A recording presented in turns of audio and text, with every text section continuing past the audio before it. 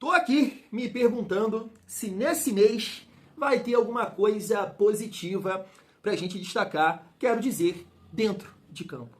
O Vasco tem mais duas partidas, né? Contra o Internacional no dia 27 e no dia 30, o primeiro jogo das oitavas contra o CSA. Tirando isso, é polêmica atrás de polêmica. Nesse vídeo, vamos comentar aqui sobre o Breiler, que já teve aí um problema com a atual gestão, dizendo que a gestão Pedrinho é pior que a 777. Quero debater com vocês isso aqui e comentar um pouco sobre o jornalista que trabalha com o Mário Coelho, que foi agredido ontem em São Januário após a coletiva. Vamos trazer aqui a postagem do Mário Coelho e também a apuração do Rica Perrone, que entrou em contato com a gestão para entender o que aconteceu de fato. Eu estava até vendo também uma postagem agora há pouco do Léo Meiden Colina, que está trabalhando com esse jornalista que foi agredido. Ele mesmo não quis falar muita coisa, porque ele não sabe, né? Ele não sabe de fato o que aconteceu, mas a gente vai debater um pouco sobre isso, porque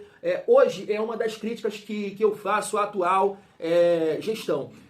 De repente o Pedrinho entende que cada vez que ele fala, ele se prejudica, ele prejudica o Vasco, é a questão da reforma, foi a questão do top 8, e isso traz uma pressão. Mas espera aí, Pedrinho, não faça como outros, né? Principalmente o pior da história do Vasco, que era o senhor Jorge Salgado, que tinha esse tipo de postura, de não falar, de não aparecer. Não faça isso. Não faça isso. Bota a cara, pelo amor de Deus, porque tem aí vários torcedores que mesmo nesse momento difícil entendem que é complicado, que é difícil, mas você tem que dar uma resposta. A gente cobra muito aqui, a gente fala muito aqui do João Vitor, mas você também tem que lidar com as críticas.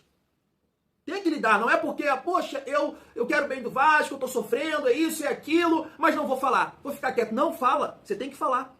Que de repente, isso é bom, bota pra fora, situação complicada, difícil do clube. Olha o que você tá ouvindo aí do Breiler, por exemplo, né? Ah, pior que a 777. Então chega aí, família, que a resenha tá boa e vamos falar um pouco aqui também sobre mercado da bola, porque a gente tem aqui algumas informações, depois, claro, do desabafo também, né, do Fernando Diniz. Então dá aquela força para o Thiagão. Se não for inscrito, se inscreve, deixa o like e ativa o sininho para não perder os próximos vídeos e dá aquela hypada também para fortalecer aqui o nosso trabalho. Família, seguindo a nossa resenha, eu queria destacar rapidamente aqui um jogador do Vasco, que é o Tietê, né? Tá aqui, ó. Tietê pede desculpas após eliminação do Vasco na Sul-Americana. Ele fala aqui que o time se mobilizou para tentar a virada, mas, né, era muito difícil.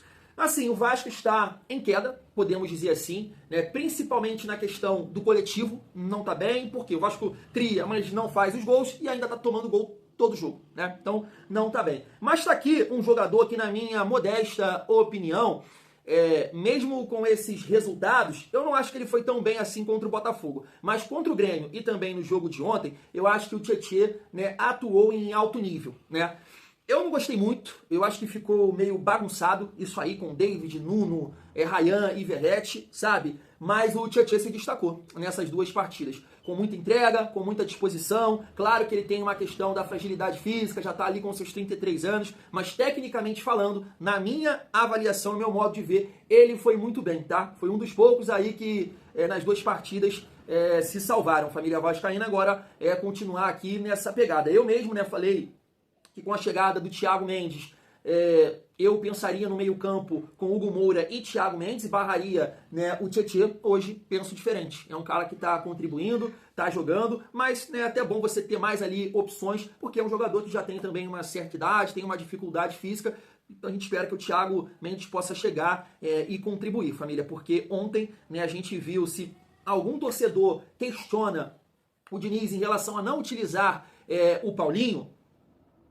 Teve até um amigo, né, que comentou aqui no nosso vídeo de mais cedo, ele falou, poxa, Thiago, mas aí é complicado, eu discordo de você, os caras entraram ali no final da partida, tudo mais. Mas não é isso, irmão. É o conjunto da obra, sabe? A gente não tá avaliando o Paulinho por esse jogo, por esses minutos. Não, não é isso, é por uma sequência. O Paulinho iniciou o ano como titular e perdeu a vaga, né? Já perdeu a vaga ali com o Carille, com o Diniz ele não tem oportunidades, então é uma sequência. Aí o cara entra no final ali do jogo, de 7, 8, 9, 6 passes, ele erra todos.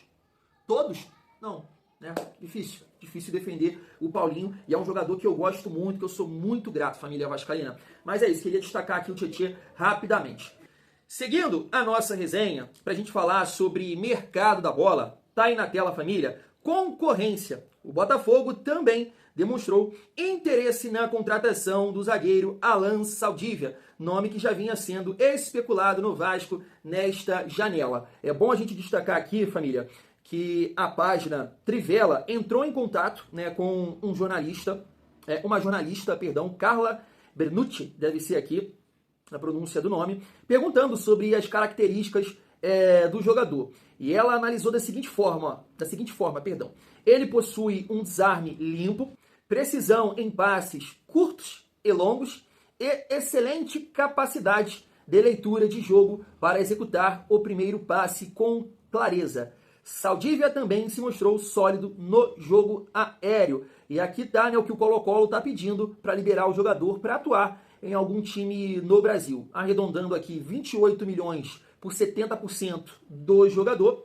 Mas está aqui também que o Colo-Colo pode avaliar uma proposta na casa de 2,5 milhões a 3 milhões de dólares, né? Cerca aí de 13 a 17 milhões. Aí está aqui também que o Alvinegro e o Cruz Maltino ainda não apresentaram ofertas, família. Aí, se realmente o Botafogo outro dia eu estava vendo que está tentando a contratação de um zagueiro do Novo Horizontino e parece que não caminhou. Então, de repente, está olhando de fato aí para um outro zagueiro e pode ser o uruguaio Saldívia. Família, pelo que a gente viu ontem, né,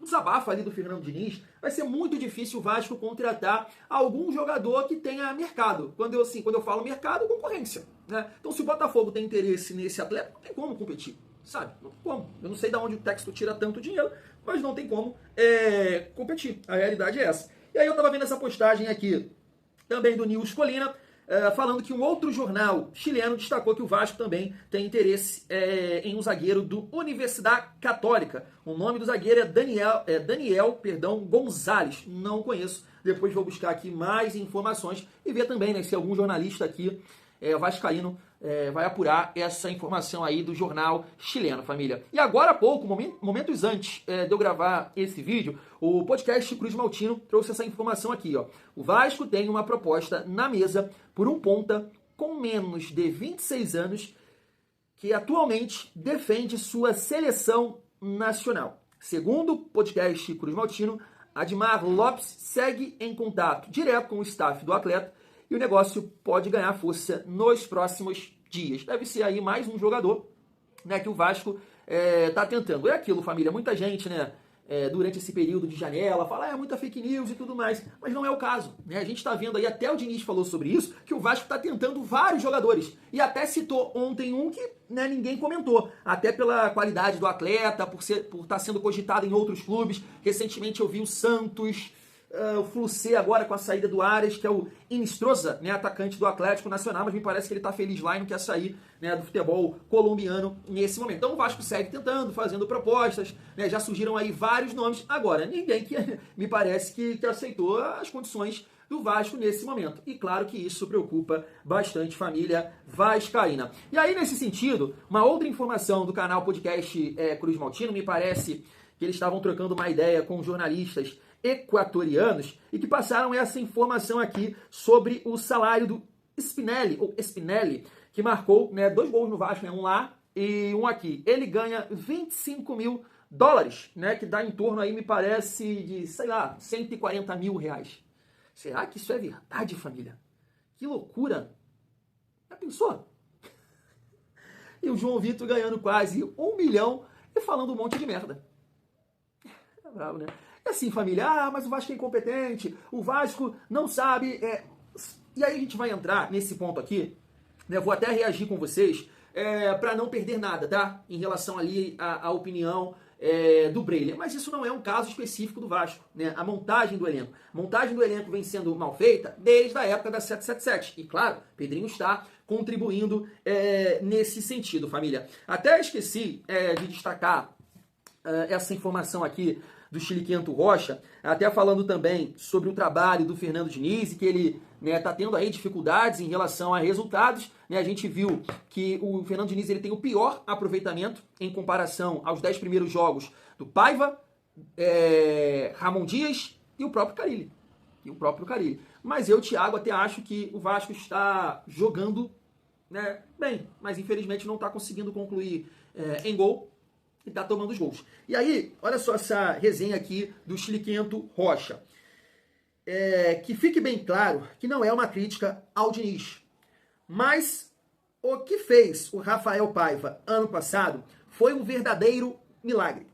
Apostou na juventude e colheu os frutos. Isso mascarou os problemas do departamento de futebol. Teve gente forte lá de dentro que o chamava de burro com sorte. Tá aí. Isso aqui é muito interessante porque eu tenho o grupo de membros. Mandar um abraço pra galera lá, que acrescenta demais aqui também no canal. São vários debates que a gente acaba acompanhando lá, e tem uma galera que pensa diferente, tudo mais, uma visão de jogo diferente. Poxa, mandar um abraço lá pra eles. E, cara, tinha muita gente que comentava exatamente isso.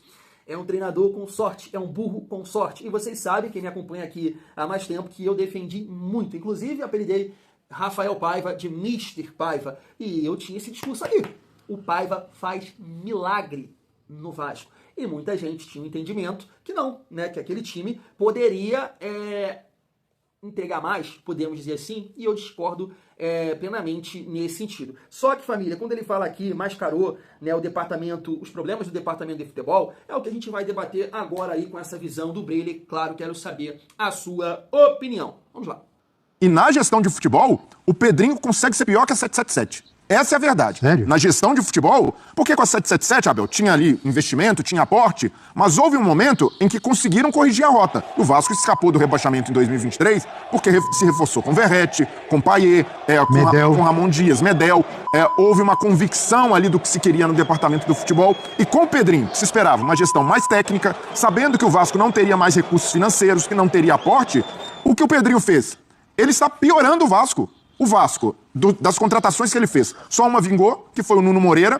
A situação, cada dia mais instável, vende ilusão pro torcedor, assim como a 777, porque quando o Pedrinho vem a público dizer, não, o Vasco tem elenco top 8, a gente vai brigar lá em cima, e as pessoas se esquecem disso. O Pedrinho chegou a falar e o Vasco tá brigando na zona de rebaixamento. Isso cria uma ideia de que se sabe o caminho, que o Vasco tá fazendo uma gestão correta, que há convicção, e não há nenhuma, porque quando ele se aproveitou até disso, dessa fala, para facilitar a demissão do Carille, porque aí ficou tudo na conta do treinador.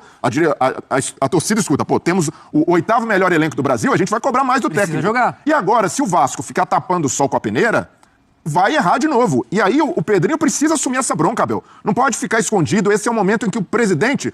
Agora ele tem o técnico dos sonhos, que é o técnico que tem as tais das ideias que casam com as dele. Ele tem o elenco que ele montou, que ele escolheu. E agora é dizer a verdade pro torcedor. Qual é a ambição do Vasco na temporada? É ganhar título? É ganhar a Copa do Brasil? É buscar vaga em Libertadores no Campeonato Brasileiro? Ele precisa ser verdadeiro e honesto com o torcedor. Comenta aí se você concorda com essas críticas do Breler em relação à gestão Pedrinho.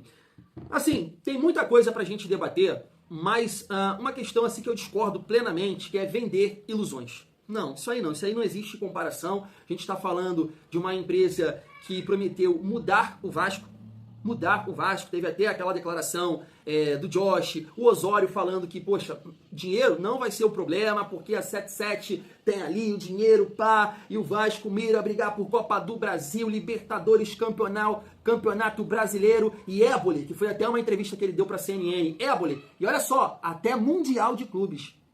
Então, assim, uma fala equivocada, top 8, você comparar, tá vendendo ilusões para o torcedor, não existe isso. Claramente é um jornalista que tem uma marcação, não tem cabimento um negócio desse, tá? E até se você comparar agora com outras SAFs, o que aconteceu com o Vasco, aí na justiça.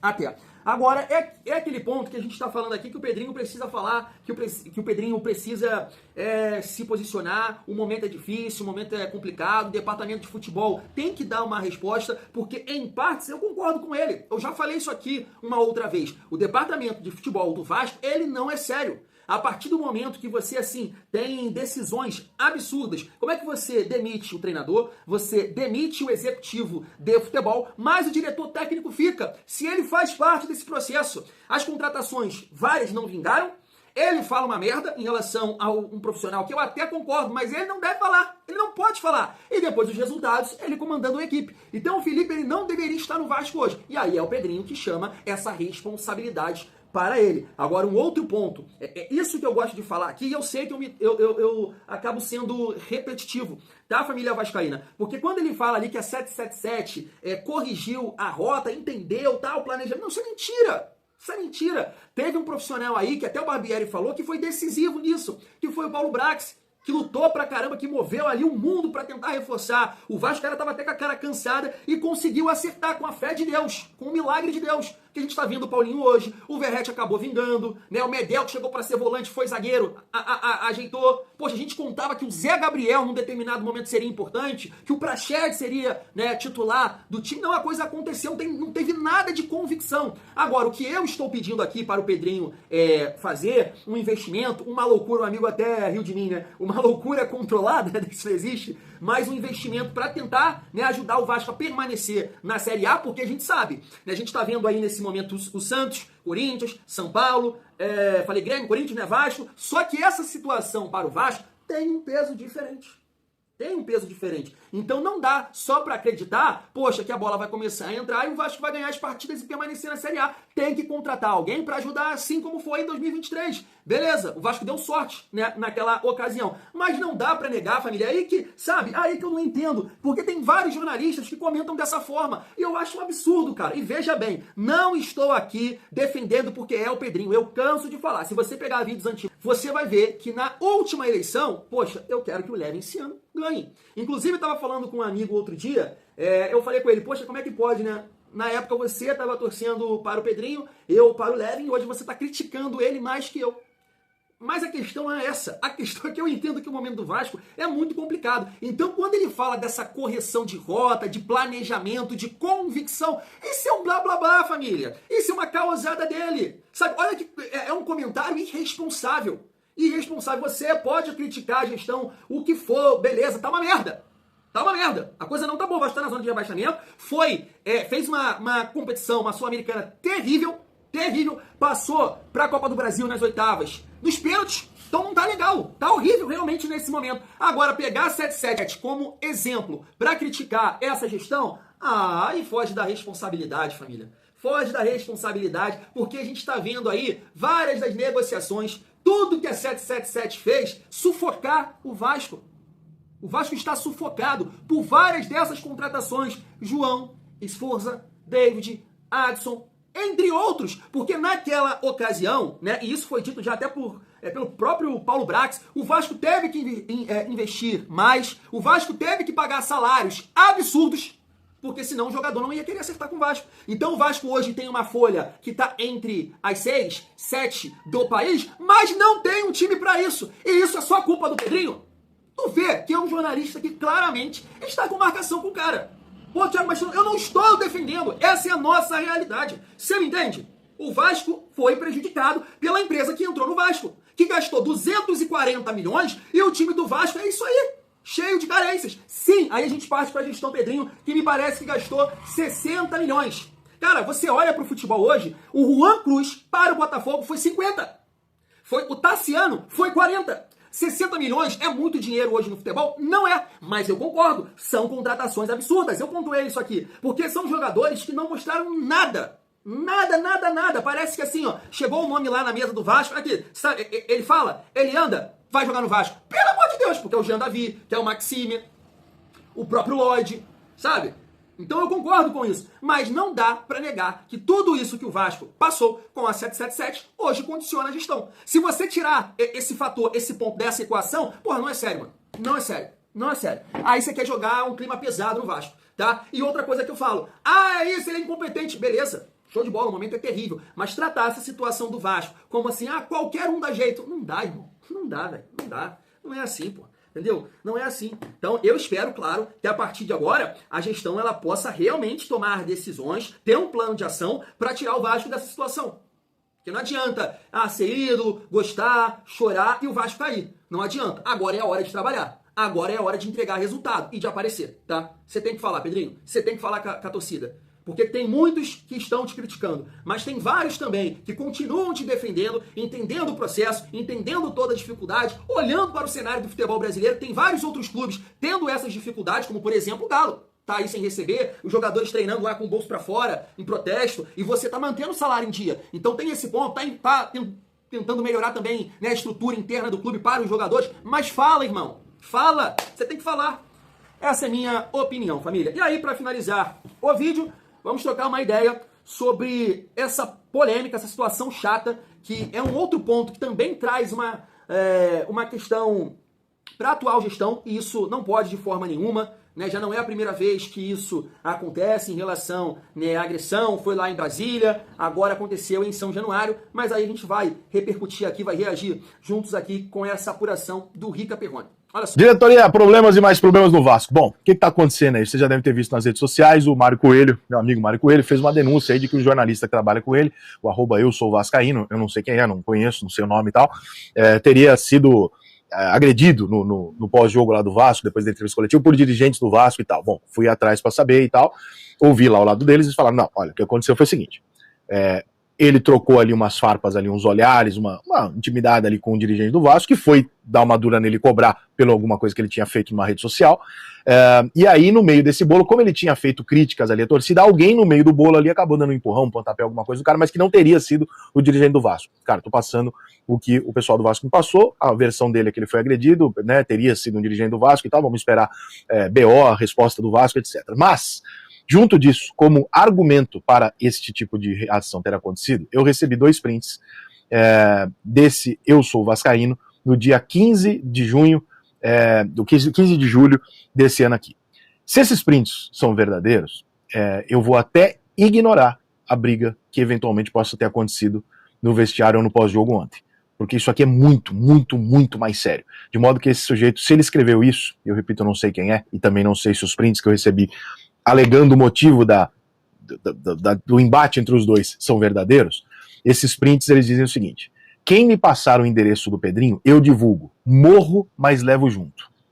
No outro post, alguns minutos depois, ele diz, porrada no aeroporto, porrada mesmo, junta uns 500 e faz linchamento. Se for em peso mesmo, a torcida até a polícia intervir já é tarde. Irmão, eu espero que esses prints aqui que me usaram como justificativa para porquê do entrave ali, sejam mentirosos. Se não forem, eu espero que você seja preso, meu caro. Eu espero de verdade que você seja preso, porque você é perigoso. Isso é um post de uma pessoa doente de verdade, de se colocar, né, enjaular mesmo esse tipo de gente, porque isso aqui, irmão, isso aqui é o cúmulo do absurdo, é o limite onde pode chegar a sociedade. Um cara com perfil verificado e tal, influenciador, falando com um monte de gente do Vasco, postar isso, sugerir a ameaça, a morte de um presidente, o endereço, dizendo que vai expor o endereço da família do sujeito, e mandar torcedores ir no aeroporto bater nos jogadores e tal. Então, cara, a grande X da questão é, isso aqui é verdadeiro? Porque se isso for verdadeiro, meu amigo, desculpa, mas se você voltar a entrar em São Januário, errado tá o Vasco, porque isso aqui é uma aberração. Família, eu vou seguir por aqui mesmo, só pra gente, né, finalizar rapidamente. A postagem do Mário Coelho, eu assisti o vídeo e não foge muito do que ele fala aqui. A que ponto chegamos? Hoje, após a coletiva, o nosso membro do canal Eu Sou Vascaíno foi covardemente agredido por um integrante da mais alta cúpula da diretoria do Vasco, acompanhado de outras 4 pessoas. Neste exato momento, ele está na delegacia prestando queixa para garantir sua segurança. Assim que tivermos mais detalhes, atualizaremos por aqui, né? Eu acho que o torcedor, o jornalista que foi agredido, ele não se pronunciou ainda. Cara, eu conheci ele, nem foi no Mário Coelho, foi lá naquela resenha, né? Resenha mais ou menos, que ele participou lá e tudo mais. Então eu sei quem é por esse canal. Família, é mais uma situação que acontece que cria uma antipatia com a atual gestão. Essa falta do Pedrinho aparecer, por isso que eu tô falando aqui. O Pedrinho tá fazendo igual o pior presidente da história do Vasco, que é o seu Jorge Salgado. né, como foi Campelo, de não falar, até o Campelo falava mais, tá? O Campelo botava mais a cara. Agora o Jorge Salgado ficava aí, ó, não aparecia, o time permaneceu na Série B, fez uma coletiva absurda, como se nada tivesse acontecendo, o Vasco permaneceu na Série B, e eu sei que de repente o Pedrinho não quer falar, porque como eu pontuei, sempre que ele fala dá algum problema e gera uma repercussão negativa, mas mesmo assim, nesse momento de crise, nesse momento de janela, é hora de falar, é hora de expor. O vascaíno precisa ouvir verdades. Verdades. E você tá aí para isso, para esclarecer. Agora, nessa situação, família, é realmente uma questão que você precisa entender todos os fatos. Na minha cabeça, na minha visão, isso aqui é absurdo, tá? Esse tipo de postagem, esse tipo de comportamento. Eu até vi, né, o Fabinho falando, eu acho que foi até com a BTB Esportes, né? Ah, o torcedor que fica aí fora do Rio, ou até aqui pedindo, né, pra torcida organizada ir lá, meter a mão no jogador e não sei o que, e falar isso e aquilo. Aí ele cita a galera lá do esporte, né, que alguns torcedores estão sendo processados e ele não quer. Concordo, pô. Os caras têm família, pô. Vai ficar botando a mão em jogador? Aí ele até fala, então vai vocês fazer isso. É exatamente isso, até porque isso é um absurdo, cara. Isso não existe. Não existe botar a mão em jogador, vai dar porrada em jogador. Agora, apesar desse tipo de declaração, não existe agressão, irmão. Quando você agride alguém, você está perdendo a razão. Porque esse tipo de situação aqui, o cara que trabalha com o Mário Coelho, é justiça. O próprio Pedrinho falou sobre isso, que ele estava processando algumas pessoas e tudo mais, porque estavam indo na rede social dele agredir, falar, ameaçar. Então você resolve assim, não com agressão. Até porque eu sei que é difícil diferenciar, ele estava ali como um jornalista, imprensa, ele não estava como torcedor, sabe? Então você tem que saber diferenciar e resolver na justiça, não com agressão, mas você precisa entender os fatos, porque não é a primeira vez que isso acontece no Vasco. Aconteceu lá em Brasília com o Betinho. Inclusive teve um torcedor, né, que mora em Brasília, que falou, pô, tu tá passando pano, absurdo, o cara tá agredindo o torcedor, seu comédia, não sei o quê, vou sair do canal e tudo mais. E eu falei pra ele, irmão, espera, calma, vamos ver o que está acontecendo. A gente tem que entender todos os fatos. Porque eu cito para ele naquela ocasião que tinha uma galera, mesmo com o Betinho dando porrada lá no cara, Betinho, Betinho. Depois vem ele falando aí num podcast que o cara estava atrapalhando. Tinha várias crianças lá e pais querendo tirar foto com jogadores, com o Felipe, que seja o cara, né, que zumbando, criando tumulto e os caras não estavam conseguindo tirar foto. E aí vem o Betinho e faz aquilo, que não justifica. Ainda mais da maneira que foi. Que foi uma covardia. O cara que sabe bater, o cara que é treinado para isso, agredir dessa forma, afasta, leva embora, sabe? Não pode. Então, a agressão perde a razão. E aí cria essa antipatia com a gestão. Uma gestão que tinha aí tanto apreço pelos vascaínos, por uma parte, por esse tipo de situação que vem acontecendo, gera isso. Então não pode, agressão não pode de forma nenhuma. Resolve na justiça, fala. Agora, agredir, botar a mão, não. Não, isso não existe, família vascaína. Essa é a minha opinião. Quero saber a visão de vocês. Fui.